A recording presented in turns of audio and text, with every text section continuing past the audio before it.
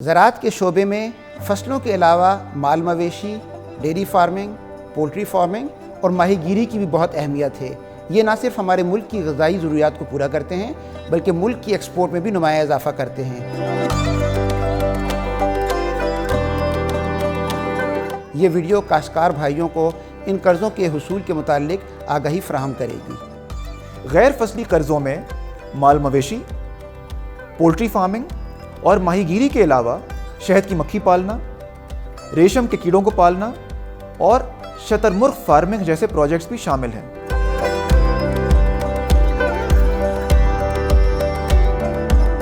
ان قرضہ جات کو دو حصوں میں تقسیم کر سکتے ہیں، ایک پیداواری قرضہ جات اور دوسرا ترقیاتی قرضہ جات۔ یہ زرعی قرضہ جات ان شعبوں میں روزمرہ کے اخراجات اور ترقیاتی منصوبوں کو تکمیل تک پہنچانے کے لیے استعمال کیے جاتے ہیں۔ روزمرہ کے اخراجات میں جانور کی خوراک، ادویات، بجلی کا خرچہ اور لیبر کا خرچہ شامل ہے۔ جہاں تک ترقیاتی منصوبوں کا تعلق ہے، فارم کی تعمیر، سٹوریج، کنٹرول شیڈ، ہیچری اور ماہی گیروں کے لیے کشتی خریدنے کے لیے یہ قرضہ جات استعمال کیے جا سکتے ہیں۔ ان کی مدت 10 سال کی ہوتی ہے تاکہ کاشتکار آسان اقساط میں ان قرضہ جات کو واپس کر سکیں۔ اور میں آپ کو یہ بتاؤں کہ پاکستان میں اس وقت زرعی قرضوں کا تقریباً 50% غیر فصلی زرعی قرضے ہیں۔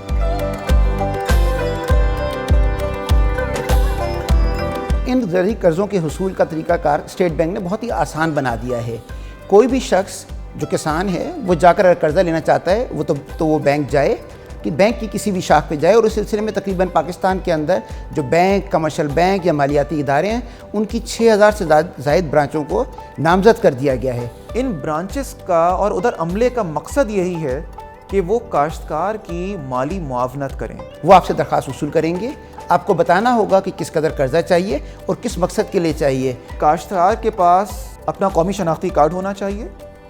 کاشتکار اگر چاہے تو وہ اپنی زرعی زمین دے سکتا ہے، وہ اپنی رہائشی یا کمرشل جائیداد دے سکتا ہے، چاہے وہ دیہی علاقے میں ہو یا شہری علاقے میں ہو۔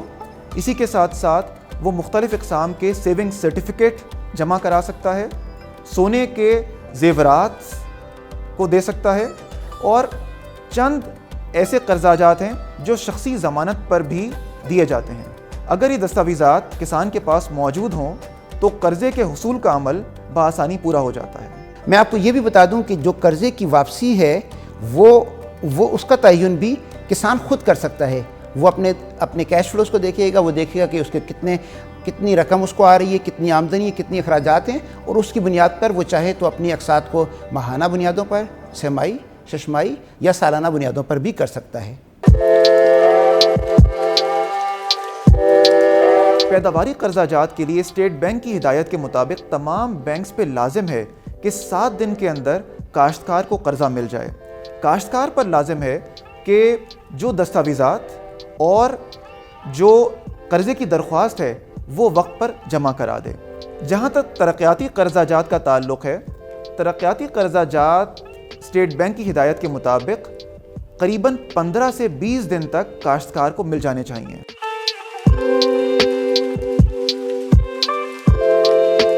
جو زراعت کے سلسلے میں ایک بڑی اہم بات جاننے کی ہے وہ یہ ہے کہ زراعت کا شعبہ جو قدرتی آفات ہے اس کے سامنے بہت زیادہ متاثر ہو سکتا ہے۔ تو اس چیز کو مد نظر رکھتے ہوئے حکومت پاکستان نے اسٹیٹ بینک کے تعاون سے بیمہ پالیسی متعارف کروائی ہے، یعنی مویشیوں کے لیے جو بڑے 10 جانور ہیں، اور 10 جانوروں میں گائے، بھینس اور بیل شامل ہیں، ان کے لیے اگر قرضہ حاصل کیا گیا ہے اور اگر کسی قدرتی آفات کی وجہ سے یہ جانور کو نقصان پہنچ جائے، تباہ ہو جائیں یا کوئی وبائی امراض آ جائیں، تو اس کی رقم بھی حکومت پاکستان کی جو بیمہ پالیسی ہے اس کے ذریعے بیمہ کمپنیاں مہیا کرتی ہیں۔